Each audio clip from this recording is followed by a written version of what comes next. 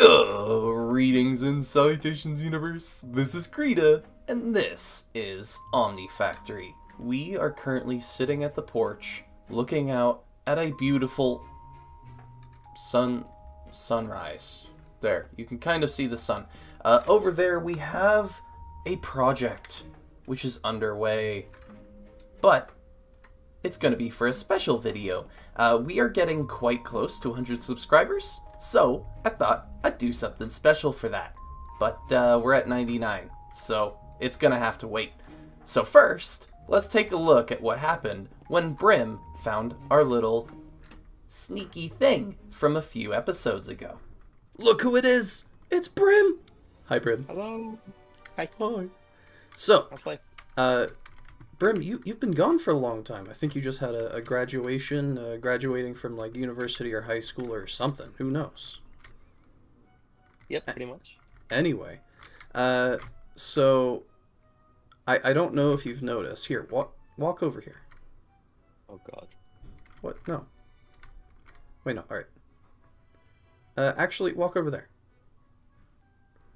Whee! Oh. Wait. Oh, they're sneaky blocks. I forgot that you had flight. Wait, I'm not flying. Well, yeah. What? Are these? Oh, these are sneaky blocks from Dark Utilities. Yeah, they're sneaky blocks. Oh, I thought they were diamond spikes. That's smart. Right?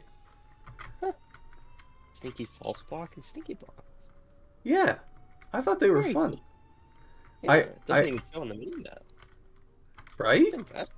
I had to do a whole chunk of it because the sneaky blocks, they don't like it when they're next to a non-sneaky block. So if I replace this and I put the normal cobblestone there. You know the funny thing about this? This What? would literally have taken me forever to find because I always fly in my face. I didn't know that. I wouldn't have found this until like I saw it with the one like that it was a sneaky false block. Which could have taken a very long time. Yoink. Aw, poor Brim. He was a little bit sick when he came back, so I hope he's feeling better, and I hope to see him back on our server a little bit more frequently. In any case, in the last episode, we sort of focused on this fluid room, making sure that we can have access to polyethylene. Now that is full. Woohoo! So now I think I really want to quickly do just a little bit more, probably on this wall, because the next thing that we need, where's our questy quests? There's a little bit more that we need to do, which is basically chlorine, and then we need polyvinyl chloride, which is quite easy. Chlorine we can get from a whole bunch of things, but probably one of the easier things is salt, or rock salt, potassium chloride, or sodium chloride, right? That is, I think, what they're called. And we have already been doing that, so salt is completely in this electrolyzer, and if I take out a bucket, we can complete that together, even though, the tank is very full, okay? So now we just need some machines here. There we go. That should work quite well. Now let's see. So for vinyl chloride, it's ethylene and chlorine. Cool.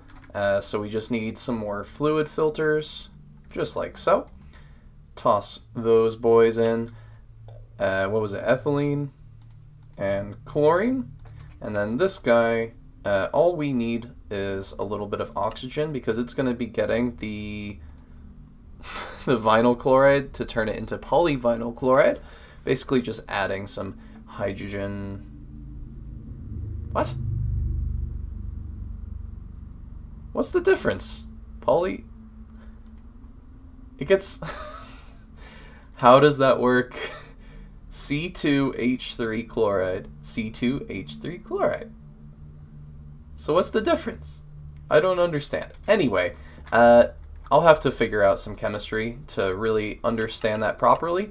But for now, this should function well. We just have to change it to the correct color. Someone did recommend that I stop using the dark green, which I don't know why it's on here. Oh, it's just for that. There we go. Ah, better. Ah, better. The dark green one can be really tricky because it encourages things to move around in very strange ways. What else was going in here?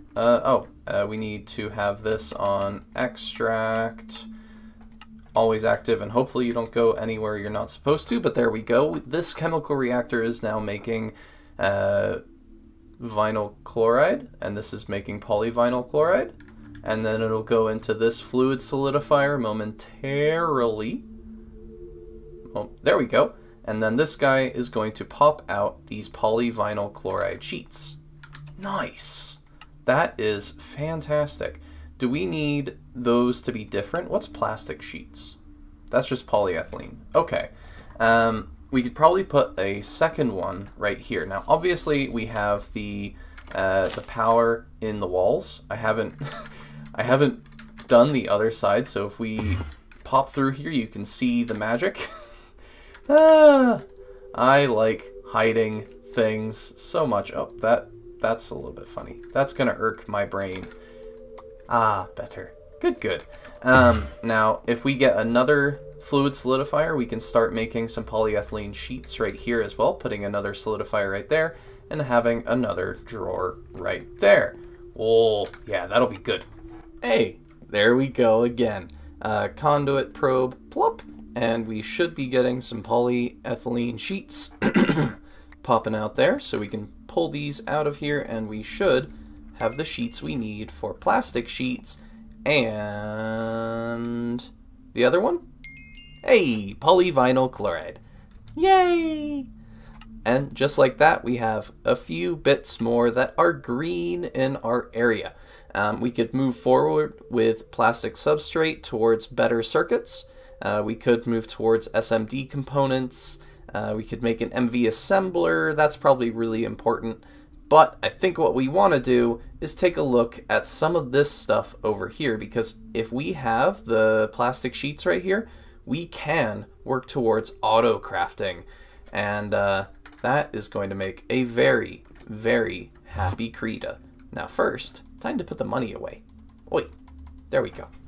So the first step, so to speak, from this juncture is to make some crafting units, ME interface, and we want better storage drives, because the 1K storage that we have over here, it's just not really cutting it. Stuff goes in, and we're not filling up on types, we're filling up on bytes, and that's not good. What we want are to be filling up on types, not bytes. It's strange, but it allows us to have more inventory space. So obviously what we're going to do is make a medium battery hull, listen to the cat, who's going to tell us to make a meteorite compass. Because those are different quests, right there and right there. Now that we have done that, diddle-doo, and diddle-doo. That's one of my happiest noises. What we want is, let's make a 4K. You know what? Let's just make a few of these. 21 of them? Beautiful. What do we... I was hoping to make more. What did we miss? Logic processors? Cool. I'll get more of those. That's going to... Oh, what's wrong, cat? That's going to allow us to then make some 16Ks. Ooh. Let's only make a few of these. We're going to go with like 6 of these for starters. So there's our 4K and then 16K. And I'm going to go and upgrade our storage soon. But for now, let's actually make some Annihilation. We need more of those processors. Thankfully, this system over here is amazing. We have all the processors we're going to need for quite some time. So we should be able to just plop these in here, lickety split, like so. And we can now make some Annihilation cores. Can I make a stack of those? Beautiful. Can I make a stack of these Formation cores? Beautiful. That makes me so happy. These guys, we're not going to be able to make too many of these. These are ME interfaces. I only have 3 arms at the moment, but that's no big deal. We'll make more later. These are going to be what allows us to get stuff back into our system. So I could have like an ME interface sitting right here and have items pumping into it, and it'll just get into our AE system. Now this is connected via cabling down below, right through some fancy cabling right here, and it goes all the way down to our system over here. Ooh, I want to upgrade our energy cells, but that's not super critical right now. So we now have, where did we get to?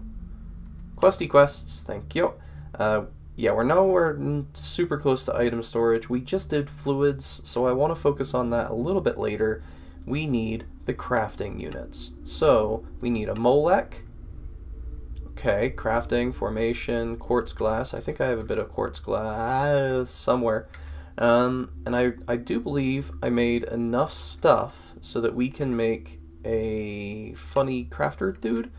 So this guy, we should have enough for 64 of these crafters, which is going to be super important. So we should be able to make a Molech. Hey, Molech, how's it going?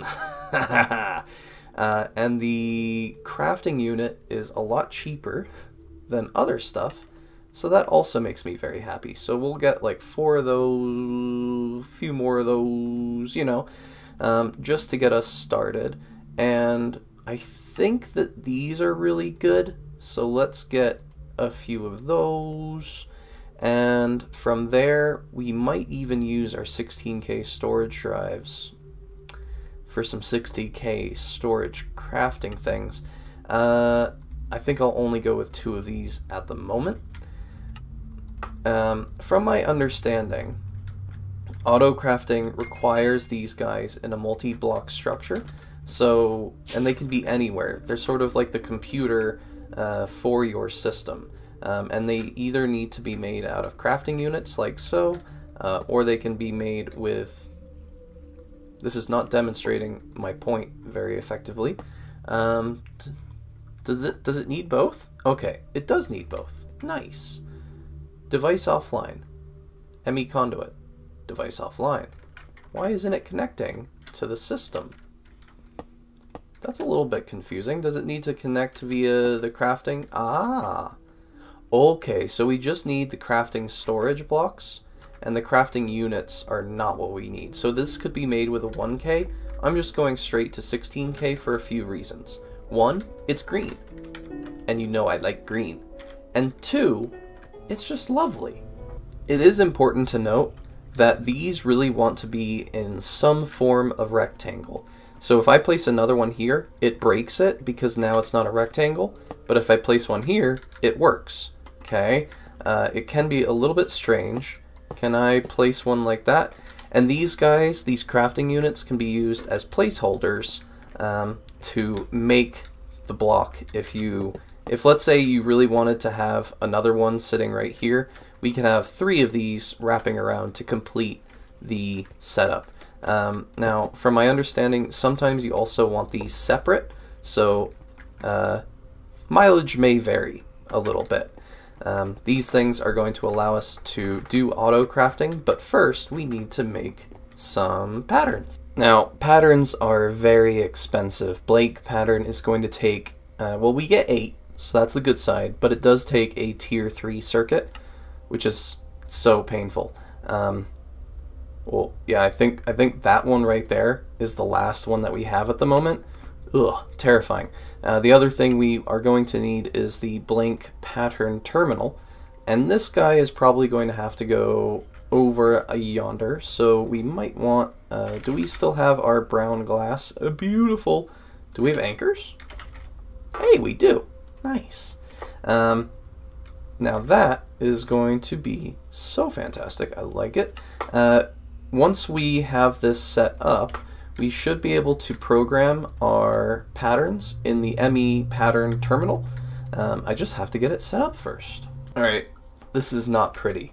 I have not designed our base for applied energistics. I've designed it around Ender.io semi-automation stuff, right? But this is sort of the gist.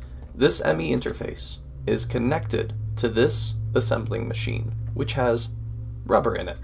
Okay,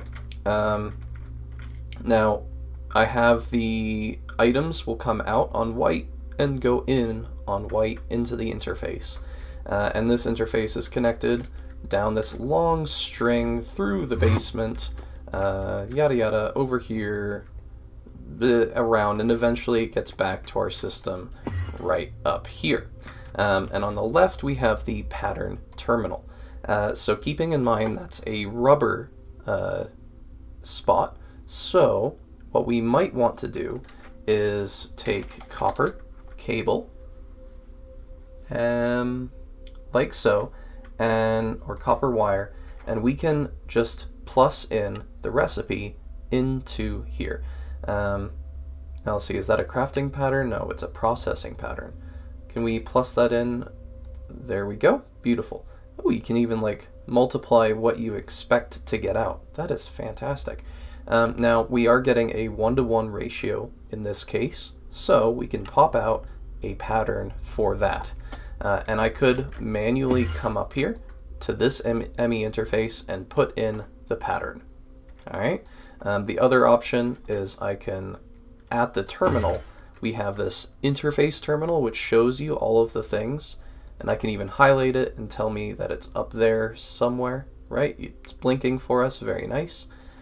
And we can put it in here, and if I go up to this room and check it, the pattern is back in there. I can pull it out, put it in, whatever. That's multiple ways to get your patterns to the system. And now, if we had copper in this system, which we can, if I just break down this 4x copper, for example, we can do just that. Yoink, yoink. And now we have copper wire, and if I go to view craftables, I can craft like 100 of these things if we had rubber sheets.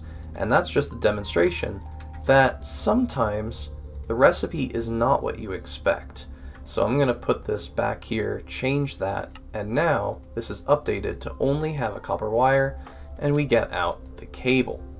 Put this back in, and let's try requesting it again.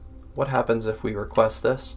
Let's test it, and if we look to crafting status, we can see that the copper wire is being thrown into the system right here. Beautiful. And we should be getting some of it out, because right now it's trying to push it into the system, and now it's trying to craft them. Now that is assuming I've done that properly. It might not have the integrated circuits. It has the rubber. Is it lacking energy? It doesn't have rubber, because for some reason that wasn't on output. Very strange. But now it is, and this guy should be processing. Beautiful. Always check your machines. Things can break in ways you would never expect. So now if we take a look at the crafting, it says that we're working on 98 of these, and it's in CPU 0. We could start up another craft because we have 2 of these guys. In fact, we could also have like a monitor. Monitor? How expensive are you? Storage monitor? Crafting. Level emitter. Yeah, let's make some. Now, I am a little bit worried that if we add the crafting monitor to this, that it might break the craft. And there's only one way to find out, I suppose. It does look like the craft got broken. Crafting status? Yeah. Now, the nice thing is that because this is automated, these guys will still craft, and I can still start up another one. So if I do 10 this time, start, and then we jump down here, you can see that this guy right here is now working on it. Now, because it already had stuff in it, it's now receiving the copper wires, copper cables, and it thinks that the job is being done. Now, technically, it's kind of working on the last one, but that's just because the assembling machine is full. Don't worry about it. I like crafting monitors. They're really pretty. Alright, so what we now probably want is, if you'll note that we have the wires in here. Hello? Craftable storage. We don't really have the actual copper wires. We have the ones that we just crafted, sure, just a few of them, but we have a whole system over here that has stuff. So what we want is to probably set up some way, aka a storage bus, to allow us to see all of the items that are in our drawers. Now, thankfully, we don't have to connect one to each drawer. We can just connect it to the drawer controller. So let's go over here and craft a storage bus. Just requires a piston. I don't have a piston? What? Do we have something to make a piston? Piston. Piston? What are we lacking? Some sheets? Ay, ay, ay. Can we just take out the stuff then? And we'll figure it out inside our system. I'm trying to use the crafting terminal a little bit more, but it can be tricky. Piston, lovely. Electronic piston, beautiful.